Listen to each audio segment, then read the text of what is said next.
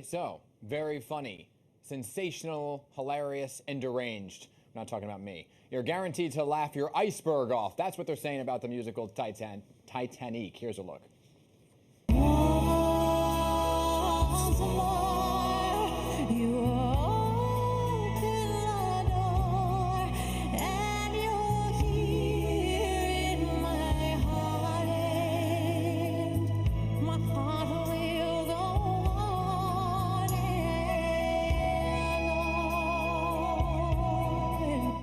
So, to help steer this musical is an incredible cast, which includes our next guest, who has appeared on Broadway in Mrs. Doubtfire, Waitress, The Play That Goes Wrong, just to name a few. He also has a long list of credits from London's West End. So please welcome back the talented actor, singer, and dancer, Mark Evans. Good to have you here. Thank you. What an introduction. Well, you know, we just roll out the carpet, and a friend, by the way. Yes, I got to add you a friend after you've been here many times on the Pix 11 Morning News, and we actually last time we spoke to you here on Pix 11 was during the pandemic. We spoke to you and your husband Justin about the difficulties of kind of working in acting in the pandemic. Yeah. Long way from there. Here we are. How did it go from then to now? I mean, amazing. It feels like a million years ago, even though it wasn't. Titanique is a gift.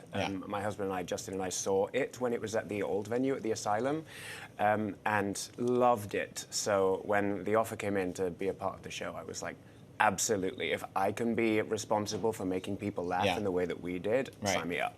Okay, so this was supposed to be a limited engagement. It keeps getting, as you saw from the headlines, a whole bunch of buzz. I saw the show last weekend, and I can say firsthand that it's absolutely hilarious. I was laughing my iceberg off. I saw you. Yeah, I know. The entire time. So, what kind of reaction, I guess, do you feel when you're on the stage? You've been in comedies before. The Play That Goes Wrong is the last time I interviewed you for a show, too. And but I feel like this is a different kind of humor. This is, the way that I've described it to friends who are thinking of coming is that I feel like people show up either by themselves or in their little group, and that everyone starts the show in isolation from each other. But by the time that they've finished, this bonding has happened, like this exclusive, one-of-a-kind experience makes them feel like they are just one unit who just experienced this kooky, crazy thing that is hilarious. Okay, so we see Celine Dion here, right? Now, obviously, she wasn't in the movie Titanic. Can you give us a little bit of premise about the show? Because it's loosely based off the movie and so on and so forth. So, well, it's the story of the movie Titanic told with the music and the memory of Celine Dion, because the premise is that she was there too. And it's a real love letter to Celine Dion. Everybody involved in the show is a huge fan of hers, of course. She's an icon. But, for anyone who's seen her live on stage or any interviews with her, she's kind of a bit of a peculiar being. And so the fact that Celine Dion says that she was on the Titanic means that, like, she can get away with saying that anything happened and it just becomes fact, which is just an open door for hilarity. Yeah, I mean, it is downright hilarious. I have to ask you, though, by the way, it's a viral hit, too, all over social media. Like, anybody who's posting pictures or videos, it's amazing to see, which is why I wanted to have you in. How much of the show is scripted versus how much is actually ad-libbed? Most of my stuff is scripted. I play the role of Cal, which is the Billy Zane role from the movie. And so I'm kind of a bit more of the straight character, the villain. But there are certain sections in the show that are literally improvised every night. You could that's tell. what I mean, that, like, every audience coming, you could come every night and get a different experience, which is so cool. Yeah, it is absolutely amazing. And you've been very busy besides... And by the way, tell me about your character. Cal, I mean, I can't curse on morning television, but he's not a nice guy. Let's just say that. Right, but you still bring the charm. Thanks. You still bring the charm to the character. I aim to do that. Yeah, it's tough to do. It's really tough for you. I know, to bring it. How dare you? You've been very busy, and you was also Bring Your Child to Work Day in April. I don't know if you know this. In the month of April was Bring Your Child to Work Day. I didn't bring my daughter Olivia, but you actually got to jump on things and brought your little one to the set of Titanique. Yes, I did. And so let's throw up the pictures here, okay? Because I got to say, she looked pretty darn comfortable. Do we have the picture? She looked pretty. This is not the picture. Oh, he's cute though. Who's that child? There she is. How's it going?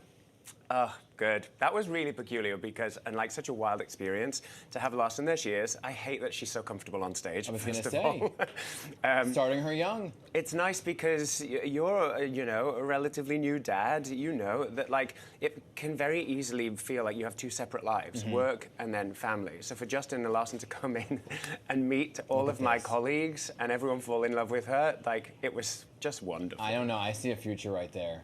I know, look at her. She's such a ham.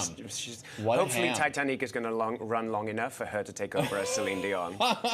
She's very, very cute. And Larson and my daughter Olivia are going to be fast friends. Besties already. So I do want to talk about your other show that you were part of recently, and it was a cabaret called Hide and Seek, a solo cabaret. I also went to go see this. It was deeply personal for you to tell your own life story in a memoir style. Yeah. What made you want to do it? And it was very, very touching to watch. Thank you, and thanks for being there. It was a long time coming. I say, 25 years in the making.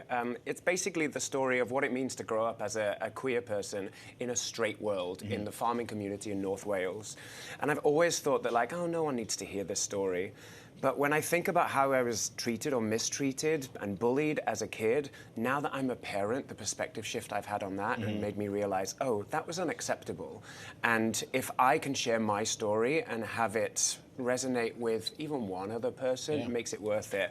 And it was really overwhelming. It was sold out. Everybody who came to see it, I was flooded with emails and texts and calls the next couple of days just saying this wasn't just a queer story, it was a human story about what it means to just fight to feel like you belong. Yeah, and we saw the image of you as a kid too. And I got to say, I always pay attention to how everyone's reacting, and it was people were laughing, crying all throughout, in the best of ways, because I think their story relates to everybody at some point in their life. Well, that was the goal, I think, is to tell what is a pretty traumatic story through the lens of humor. Yeah. Because when people can laugh, it's sort of like an access point, a way in, and it's still a work in progress. There's going to be future productions of the show, and kind of like finding that balance, I think, is important. That's what I was going to ask. If you're bringing it to more places, good to hear that you are. Yeah, people need to hear it. Good to have you here. Thank you. Really good nice to see you in person. At work. Yes, I know, right? Nobody ever sees me here. Be sure to check him out in Titanique, now playing through May 14th at the Darrell Roth Theater in Union Square. And let me just say, if I can say, I think there's going to be an extended run beyond that date, if I had to guess.